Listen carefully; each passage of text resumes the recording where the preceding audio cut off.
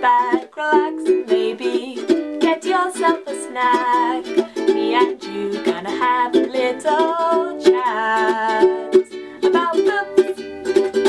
Hi guys! So I am here today to do a quick July wrap up for you and let you know everything I managed to get to in the month of July, which wasn't an awful lot because I was moving. The month was incredibly hectic, probably the most hectic month I've ever had, but I did get through a few things, so I want to tell you about them. Most of them were on audio or on Kindle because that was the easiest way for me to read things. Most of my books were in boxes, so I couldn't read the physical ones, and obviously I have some time when I can audiobook things, so again, that wasn't packed.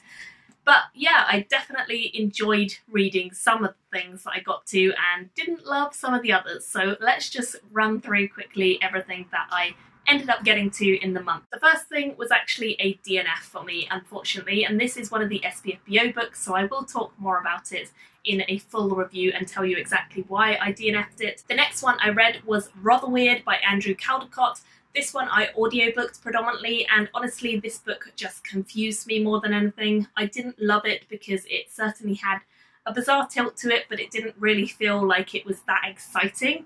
It felt like there was a lot of potential that was missed, and I just didn't really get any good vibes from it except for just like missed opportunities. So sadly that one only got 2 stars. It was okay, but it was confusing with too many characters. I just didn't feel like it really hit the nail on the head when it comes to like getting a good story. So yeah, 2 stars for that. The next one I read is another SPFBO one. In fact, the next 3 are all SPFBO, and that is Sir Edric's Kingdom. This one has a cover that I am not a great fan of, I must admit, although I can kind of see why it has that cover now after having read it.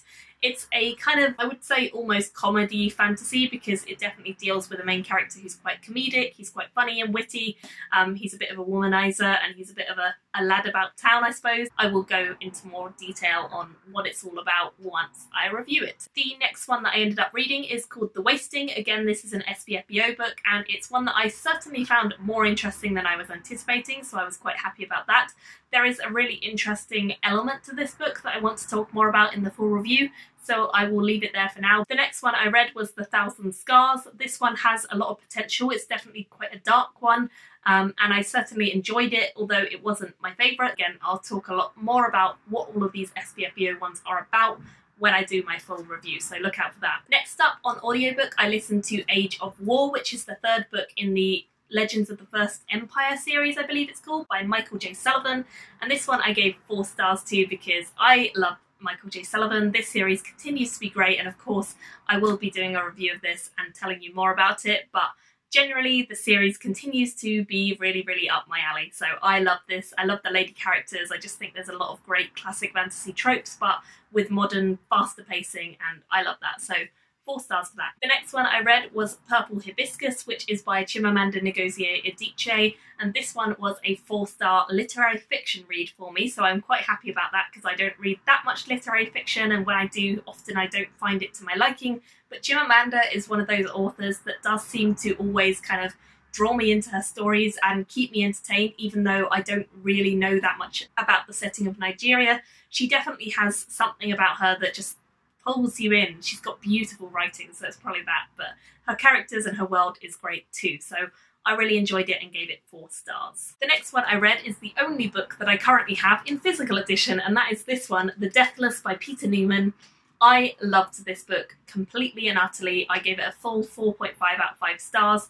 It was so good, and definitely exactly what I was looking for at the time.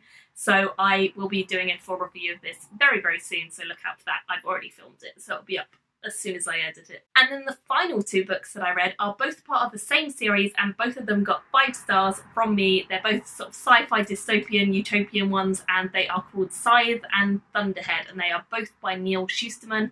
They were both fantastic. Again, I will be reviewing them in a review joint with The Deathless because they're all new favourites for me, and definitely series that I plan on picking up the next one and continuing. I'm so excited about the sequels for these because they are just so good, and I honestly haven't read anything as exciting and compelling in a while. I feel like this one just grabbed me and wouldn't let me go till I finished the book, so I loved this. It was a really great YA sort of utopian dystopian clash of everything, and I loved it. It was just kind of everything I love, so It was done beautifully and really, really well, and I highly recommend that and The Deathless and other books that I've given high ratings to as well. I'd love to hear all your thoughts, and of course I will be doing full reviews of these, so don't forget to check out those because you will find a lot more information there about what all of these are about. And I will see you all very soon in my next video. Let me know what you read in July, and I will see you then. Bye guys! Thank you for watching my video today. Go pick up a book, then come back and chat with me again.